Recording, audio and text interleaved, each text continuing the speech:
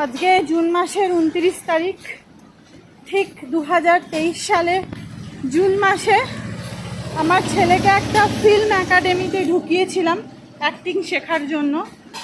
তো পুরো 1 বছর কমপ্লিট হয়ে গেল। ফার্স্ট ইয়ারের পরীক্ষা কালকে। আমরা বেসিক যা শিখি সেটাকে ভর দিয়েই আমরা আগের দিকে উঠি। তো ঠিক সেই রকমই ওর বেসিকটা শেখা শেষ হলো।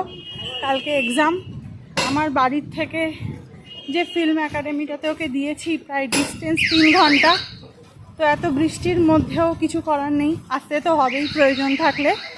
তো 3 ঘন্টা আসতে 3 ঘন্টা যেতে।